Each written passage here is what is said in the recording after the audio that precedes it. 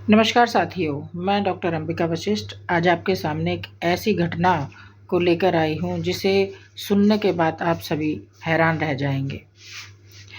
साथियों, जब से मोबाइल आया है तब से इंसान की ज़िंदगी में बहुत सारे बदलाव आए हैं, बहुत सारी उथल पुथल मची है, रिश्ते नाते सब टूट चुके हैं सिर्फ और सिर्फ मोबाइल आने से। मोबाइल से बहुत सारे लाभ हैं तो उसके बहुत सारे दोष भी हैं, बहुत सारे उसके नुकसान भी हैं। मोबाइल हमें एक होने का साधन है तो मोबाइल हमारे अलग होने का भी साधन है। साथियों, आज मैं घटना बताऊंगी एक हमारे फरीदाबाद की। हमारे फरीदाबाद में एक 14 साल का बच्चा मोबाइल के कारण दुर्घटनाग्रस्त हो गया।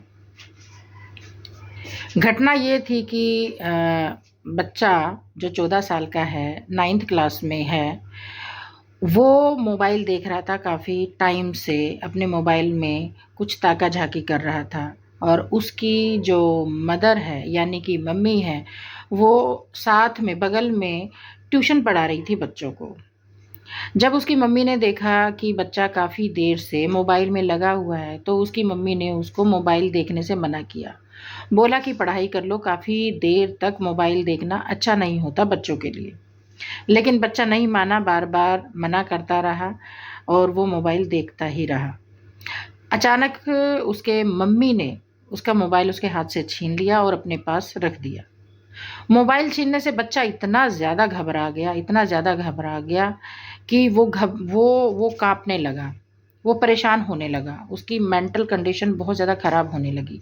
बार बार मोबाइल मांगने लगा अपनी माँ से, लेकिन उसकी मदर ने उसको मोबाइल नहीं दिया। जब माँ ने बेटे को मोबाइल नहीं दिया तो बेटा घबरा गया। माँ बच्चों को ट्यूशन पढ़ाने लगी हुई थी। बेटे ने क्या किया, जब माँ का ध्यान इधर उधर था, ट्यूशन में बच्चों को पढ़ाने में लगा हुआ था, तब बेटा घर छोड़कर भाग गया। बल्कि उसे इतना भी ध्यान नहीं रहा कि उसने अपनी ही चप्पल पहनी है कि नहीं है। वो ट्यूशन में आए किसी बच्चे की चप्पल पहनकर चला गया और सीधा दौड़ता हुआ घर से बाहर चला गया। माँ को पता ही नहीं चला कि उसका बच्चा घर छोड़कर जा चुका है। जब सीसीटीवी खंगाले गए तब पता चला कि बच्चा भागता भागता भागता भागता सिद्धार्था आश्रम की तरफ चला गया। रात के यानी कि सुबह के 3 बजे तक भी बच्चे का कोई अता पता नहीं था। अचानक से सुबह 10:30 बजे बेटे के माँ या बाप के पास खबर आई कि आपके बच्चे का एक्सीडेंट हो गया है। तब माँ बाप जो भागे भागे बच्चे के पास गए तो पता चला कि बच्चा बहुत बुरी तरह से दुर्घटनाग्रस्त है, बहुत बुरी तरह से घायल है। और घर पे भी वो गाड़ी लेके आई जिस गाड़ी से उसका एक्सीडेंट हुआ था। लड़के का एक्सीडेंट जिस गाड़ी से हुआ था वो ही ड्राइवर लड़के के माता पिता के पास फ़ोन किया और उसको दुर्घटना के बारे में बताया और वो ही अस्पताल लेके गया बच्चे को। अभी जो बच्चा है, जो कि 14 साल का बहुत ही छोटा 9th क्लास में पढ़ने वाला बच्चा, बहुत ज़्यादा गंभीर अवस्था में एशियन हॉस्पिटल में एडमिट है। फरीदाबाद में एशियन हॉस्पिटल है, उसमें वो बच्चा एडमिट है और आईसीयू वेंटिलेटर पर है। आप देख सकते हैं, आप सोच भी सकते हैं कि एक मोबाइल ने एक छोटे से बच्चे की ज़िंदगी किस कदर ख़राब कर दी, किस तरह से उसकी मानसिक जो कंडीशन है ख़राब कर दी गई है। इस दुर्घटना से सबक सीखना चाहिए कि हमें मोबाइल का ज़रूरत से ज़्यादा प्रयोग नहीं करना चाहिए और अपने बच्चों को मोबाइल की लत लगने से बचाना चाहिए।